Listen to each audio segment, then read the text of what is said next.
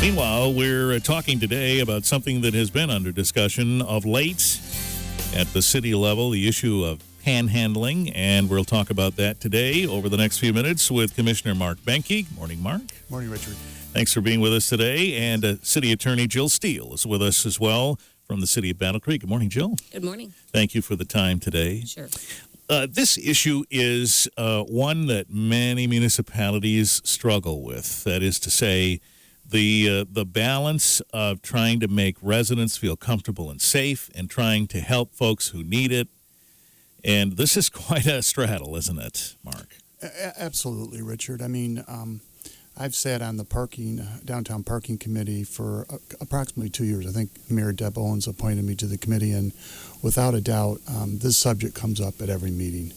And I've been working with the city attorney talking about what we can do as a municipality. I know the chief of police has also been working very hard and is probably responsible for a lot of this, the new legislation, along with attorney Jill Steele and her staff. But a lot of the downtown property owners and business owners have been bringing to our attention, and I've witnessed it myself a number of times, some of the struggles that they have with a small handful of people that constantly beg for money outside their front door. Paul Conkey at Griffin Pub has shared with me instances where people will just place themselves right at the door and confront everyone that comes into his restaurant. Then the person will go to the back door, and as the people leave later that evening, he'll confront them again and walk them to their car. And yeah, so we've got some struggles in our downtown business district when it comes to this subject, and I think everyone is pretty much aware of it. If you're not aware of it, it's a situation that we need to somehow get our hands around and work with all business owners and those individuals that are asking for generous contributions. So. Is it your perception that this issue for us is any worse than any other city? I mean, we all deal with this, right? Well, I get to Chicago often, and I just went to New York City for the first time. I got to be honest with you, while I was in New York City, I did not see any panhandlers or anything like that, but there were a lot of people moving back and forth. I don't get to Kalamazoo that often. It's usually a destination type, a movie theater or something like that. But I've heard that this is taking place throughout the country at a more increased pace than ever before. But as a community, we've been very blessed to have a number of people that have been involved with the creation of this legislation. I know Dan Jones from the Haven of Rest. I know that his boss has also been working very hard. And last night, more than ever before, we had a very well-represented group of people that spoke at the workshop that shared with the commission their feelings. And believe it or not, I without maybe 2 or 3 people only spoke against it, but a number of people supported what we're doing, and at least trying to work with those people that are most affected. And when we come back in a minute, we'll talk about what the options are and how the city might try and handle this problem. And, of course, when that consideration comes into play, we need a lawyer to talk to. So we'll talk to Jill about that when we come right back in just a minute on WBCK.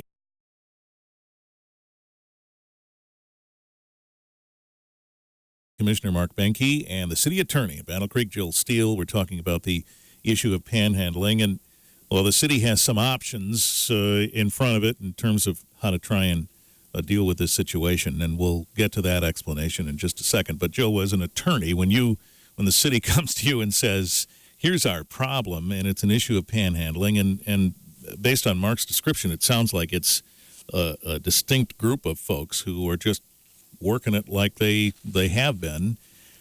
From a legal perspective, what comes to your mind when you hear that?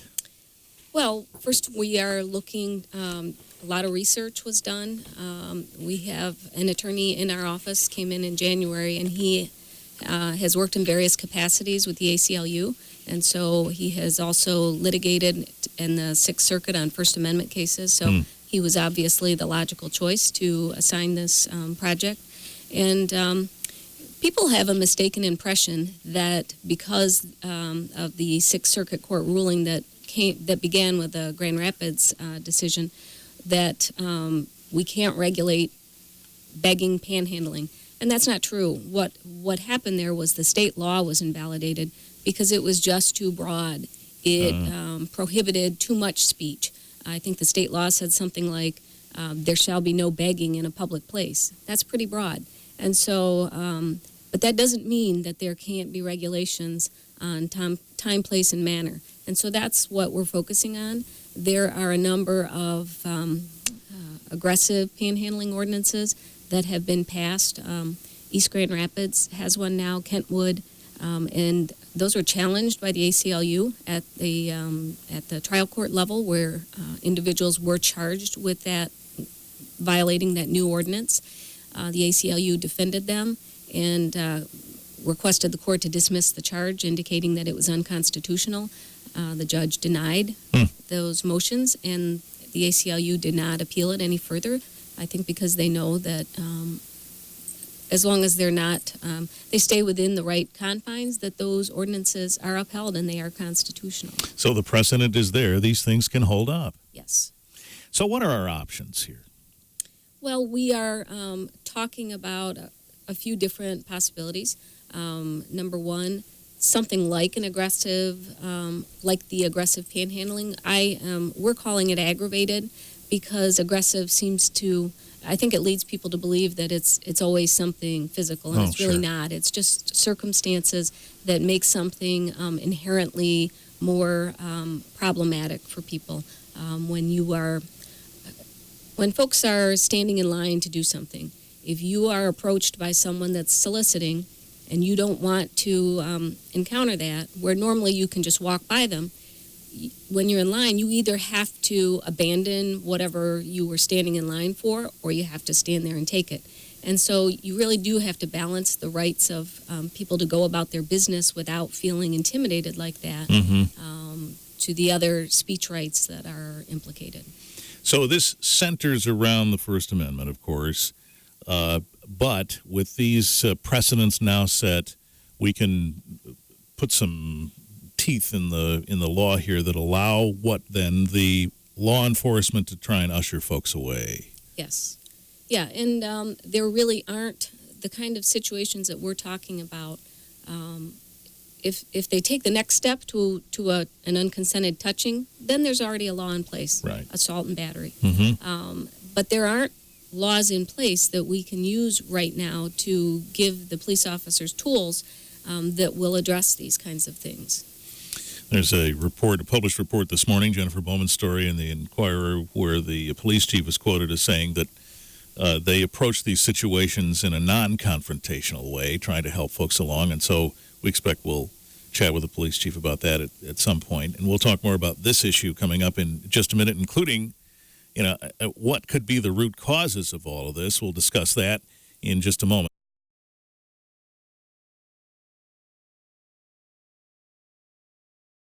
Mark Behnke is here, Commissioner in the City of Battle Creek, and Jill Steele, City Attorney. We're talking about the issue of panhandling. So we have some options here. Last night's session, Mark, was meant as an informational session? Correct. Well, we wanted to receive more public comment at our City Commission meeting workshop that took place the previous Tuesday. We really didn't have enough time to receive all the public comment that we needed. There were probably close to 20 people waiting to make their or put their comments on record.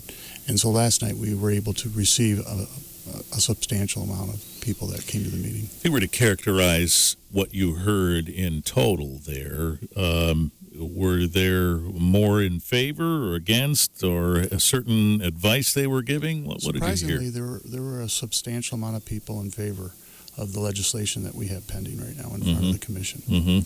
So, and if you look at the Facebook comments today, those two are, and we try not to keep tally or anything like that, but people are concerned about this issue. It's reached a boiling point throughout the community, and I think that we need to better understand what we can do as elected officials. I hear from city employees constantly that something needs to be done, and I applaud the city attorney's office and the chief of police for moving forward and really understanding what we can do to help Battle Creek better itself. These particular cases to which you refer, the more aggressive folks participating in panhandling have been, it's been alluded, I think I heard some Haven folks say, sometimes you've got folks here who are dealing with a mental illness or a situation from which they have trouble separating themselves, a dire living situations and financial situations and so on. Do you sense that this approach could somehow help address the root causes of why they're there to begin with? Tough question. I mean, I'm not that knowledgeable. I know that I'll give you a quick example. There was a young gentleman that would always approach me at church and say, I have just a couple of dollars, and I would give him a couple of dollars. And then about a year later, his caretaker came up to me and goes, by chance, do you give Joe a couple dollars in church? And I said, yes. He goes, Mark, I wish you wouldn't do that because you're altering his medication. He goes out and buys Mountain Dew, and that's not balancing his medication. Oh, my. And it's better that you do not give him money in church when he comes up to you than give him money. Because I have a hard time after he gets home trying to take care of him. Because of that. So I haven't given him money since then. He always comes up and says hi. He's not asking any longer. But I think you can take that same example to the person that sits outside City Hall. Right. He's on medication. He does take his medication, but when people give him money, he doesn't get home to take his medication later in the day. And that affects him and what is taking place. Like I said, I'm not that knowledgeable when it comes to it, but the people at the Haven and the Share Center do understand it a lot. Yeah. Jill, this was a ACLU challenge. That move has been made. What does that do for you? Does that concern you at all in this stretch? I would have been surprised if we didn't get that kind of communication. Okay. My understanding is it was very much the same as the letters that they send all municipalities. Okay. And I think the fact that Chief Blocker indicated that they've been keeping track for the last couple of years and saw a definite uptick in 2014 once the 2013 decision became well known. And I think that it has emboldened people to, and they absolutely have indicated to people, there's no law against this, so you can't stop us here. And I think it's interesting and important for people to know these service providers that spoke at our meetings indicated these people, this is not people who are hungry. We serve, I think the Haven of Rest indicated they serve 50,000 meals a year. And as I indicated that we've seen folks at City Hall have brought food out for the people, our regulars, and they throw it in the trash. So it's really become a vocation to stand out and do this. And so I understand when these municipalities surrounding the city of Grand Rapids enacted these ordinances, it really has taken care of that problem. Now, it moved into the city of Grand Rapids because they haven't been able to settle on passing any kind of an ordinance. And so, these things work. And so we really have to strike these balances and listen to the concerns of the individuals who are feeling, who are, this is disrupting them to go about their business. Okay. Well, and we presume from a legal perspective, you'd like to have a precedent you can lean on, and then those ones seem to be holding up pretty well. Yes. Yeah. Yes. So, Mark, what's next? There'll be a motion here somewhere, we presume. There'll probably be 3 introductions of some changes for our ordinance, and I'm not sure what meeting it's up to the city attorney and the city manager to make that decision when we go forth. And I'm sure there'll be some discussion from the public on all 3 of the introductions, and then we will vote at some point in time after they're introduced to approve that. I believe there's a certain amount of days. It would be 30 days before they were implemented, or 10 days? Well, the process is an introduction, and I don't anticipate doing that at the first meeting in August. We want to sit down and talk about these comments that we've received because we needed to hear what really are the problems that we are trying to address. And so perhaps a second meeting in August, once there's an introduction, If it is passed by a majority, then the next meeting we would put it on for a resolution to adopt it. Once, if it isn't adopted, then 10 days after that is when it would become effective. Okay. So more information gathering. Commissioners will have a chance to get comfortable with what's in front of them, and then maybe before August is over, there'd be a vote. Well, for an introduction. Yeah. Okay. And Maybe so, go in the middle of September. all right.